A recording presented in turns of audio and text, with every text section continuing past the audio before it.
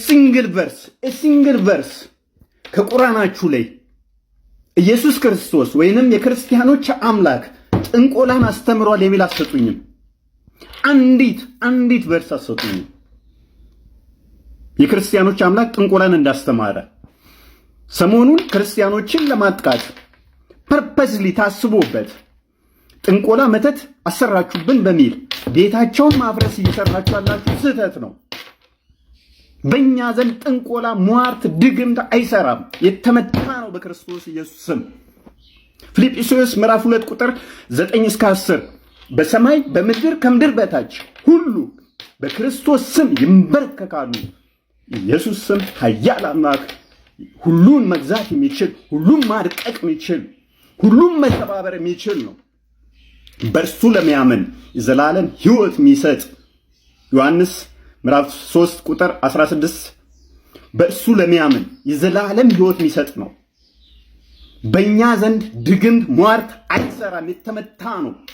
ማርቆስ 16 ቁጥር 17 ለሚያምኑ እኚህ ምልክቶች ይከተሏቸዋል ይላል። አጋንንትም በስም ያወጣሉ ይላል። ያ ስም ማን ነው? ከስም በላይ ከስሞች ሁሉ በላይ ሆነ ከሰማይ በምድር ከምድር በታች ኢየሱስ የሚባል ስም አለ። እኛ የእግዚአብሔር ልጆች ነን፣ የፈጣሪ ልጆች ነን። ሮሜ 8 ቁጥር 15 እንደሚናገረው አባት ሆይ ብለን የምንጠራበትን መንፈስ ተሰጥቶናል።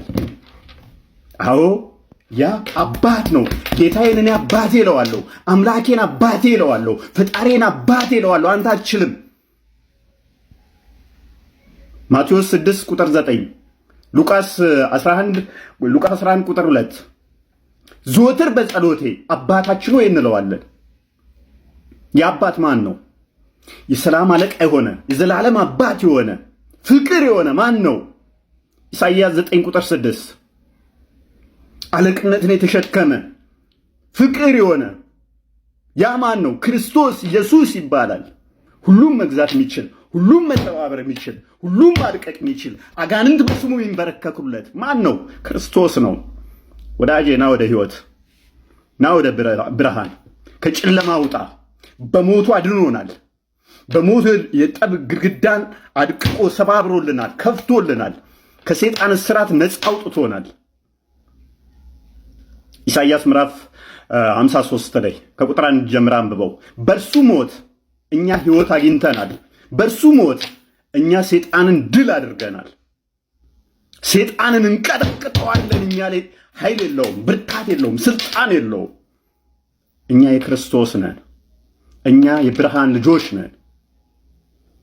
እናንተ ግን ይላል ጌታችን መድኃኒታችን ኢየሱስ ክርስቶስ በዮሐንስ ወንጌል ምዕራፍ 8 ቁጥር 44 ላይ እናንተ ግን የጨለማ ልጆች ናችሁ፣ የዲያብሎስ ልጆች ናችሁ ይላል ስለነኛዎቹ ሲናገር።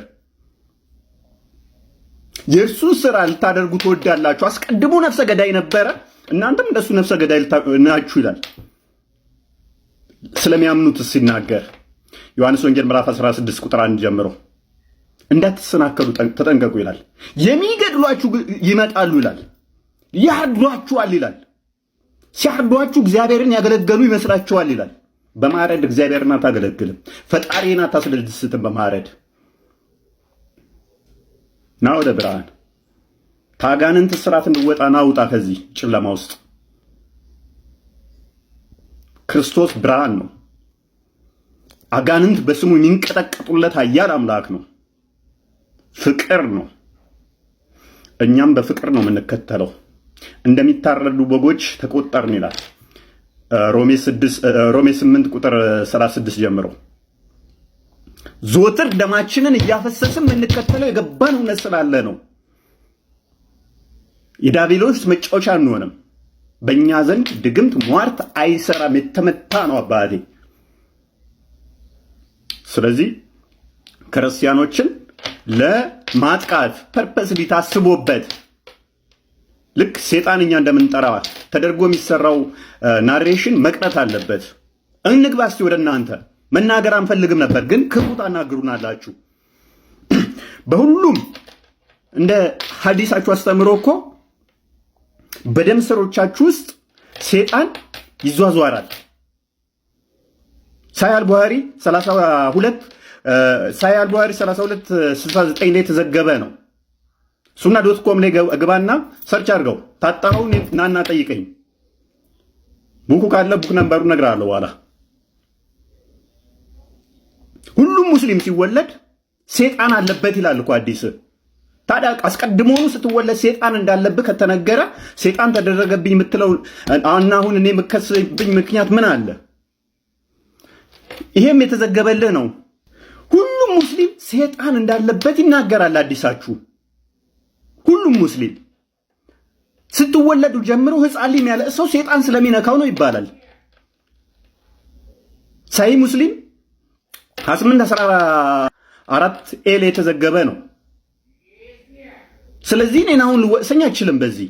አንተ ስትወለድ ሴጣን የነካ እኔ መተት አድርጌብህ ነው? እኔ ያስደግሜብህ ነው? ወይንስ አላህ አድርጎብህ ነው? ሴጣን ያልነካቸው ሁለት አካላት ብቻ ናቸው በእስልምና፣ እነሱም ኢሳና ማርያም። ከዛ ውጪ ሴጣን ያልነካው አንጣልኝ እስቲ። የለም። ሁሉም ላይ ክርስቲያኖች መተት አድርገውባቸው ነው ሴጣን የነካቸው።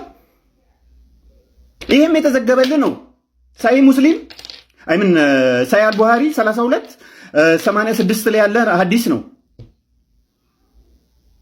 ማታ ትተኛለህ። ማታ ስትተኛ ሴጣን እዚህ ላይ ግብብዳ ቋጠሮ ያስቀምጥብሃል ይላል። ግብብዳ ቋጠሮ ያስቀምጥብህና ነቅተህ ከተነሳ አንደኛውን ቋጠሮ ያነሳል። ተጣጣብክ ሁለተኛውን ቋጠሮ ያነሳል። ሶላት ከሰገድክ ሶስተኛውን ቋጠሮ ያነሳልሃል ይላል። ሳሂህ አልቡኻሪ 3269 ላይ የተዘገበ ሐዲስ ነው። እናንተ በተኛ ቁጥር እኔ ሴጣን እየላኩብህ ነው ቋጠሮ የሚያስቀምጥብህ። ማታ ተኝተህ ቶሎ ማትነሳ ከሆነ ጆሮ ውስጥ እዚህ ውስጥ ሽንቱ ሴጣን ይሸናል ይጸዳዳብሃል ይላል እኮ ሐዲስ። ሳሂህ አልቡኻሪ 3270 ላይ የተዘገበ ሐዲስ ነው። ሴጣኑን እኔ ልክ የሆነው ሽንቱ የሚሸናብህ መጥቶ ሃይ እንከባበር እንጂ ጠዋት ስትነሳ ብቻ ውዱ ታደርጋለህ። ምክንያት ሴጣን እዚህኛው ፓርት ላይ ያድራል ስለምትባል ነው። ሳሂህ አልቡኻሪ 3295 ላይ የተዘገበ ሐዲስ ነው። ስታዛጋ ብለህ ስታዛጋ ከሴጣን ነው ይልሃል። አንተ እንድታዛጋ እኔ ሴጣን ልኬብህ ነው? ይስቅብሃል ሴጣን አንተ ስታዛጋ ይልሃል ሐዲስ። ሳሂህ አልቡኻሪ 3289 ላይ የተዘገበ ነው። አህያ እንኳን የሚጮኸው አህያ ወንድ አህያ ቢጮህ ሴት አህያ አይቶ ነው እኛ የምናውቀው፣ ወይም ጠግቦ ነው የሚያናፋው። ግን ሐዲስህ ምንድን ነው የሚለው ነው ሴጣን አይቶ ነው የሚለው። ስለዚህ አንተ አህያ በጮኸ ቁጥር እኔ ሴጣን ልኬበት ነው። ሳሂህ አልቡኻሪ 3303 ላይ የተዘገበ ሐዲስ ነው። በጣም የሚያስቀው ኒቃቢስ ሴቶች ሙስሊሞች አብዛኞቹ ይወድቃሉ። ለምን? ጅኒ ስላለባቸው ነው። ጅኒ ወንድማችን ነው፣ ጅኒ ዘመዳችን ነው ትሉ የለ እንዴ? አቡ አይደር ብሎ የለ እንዴ? እስቲ ሶላት ስትሰግድ ፈስህን ከፈሳ ምክንያቱም ምን እንደሆነ ታውቃለህ? ሐዲስ ምንድን ነው የሚለው? በጀርባ ከተኛ በሆድህ ከተኛ ወንዶች እንዳይተኙ የሚከለከሉት ለምንድን ነው? ሴቶቹን ሴጣን ይገናኛቸዋል ይላል እንዴ? ድግምትን ያስተማረውስ በእስልምና አላህ ራሱ አይደለም እንዴ? እሺ 7 የምር የበላ ድግምት አይነካውም ብሏል ነብይ። ሳሂህ አልቡኻሪ 5445 ላይ 7 የምር ለምን አሰጧቸውም ከድግምት እንዲድኑ?